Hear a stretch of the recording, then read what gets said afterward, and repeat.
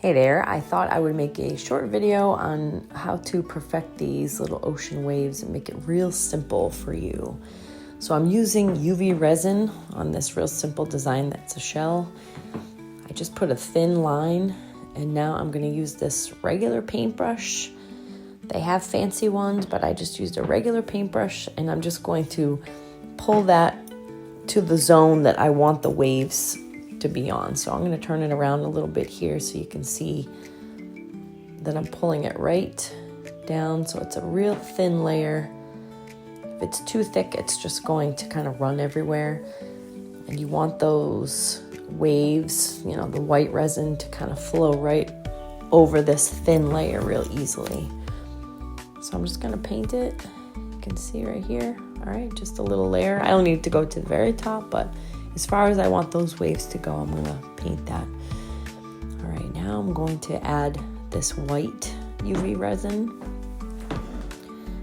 And I'm going to do a line that's thick enough where it's going to blow over that area that I just pulled out with the paintbrush. So I'm going to make sure this layer is thick enough.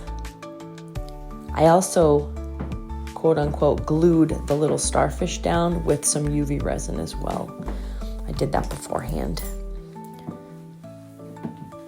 Here we go.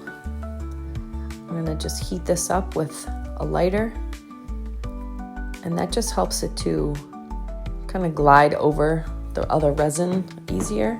I'm just using a regular straw. One thing I will say about using a straw is you have to make sure that you don't have moisture in the straw, or you're going to get water in your resin, which could cause your resin to not cure as evenly, or it could leave some little spots. So there we go. I'm going to put it under the UV light and we'll check it out after. All right, so here it is cured up.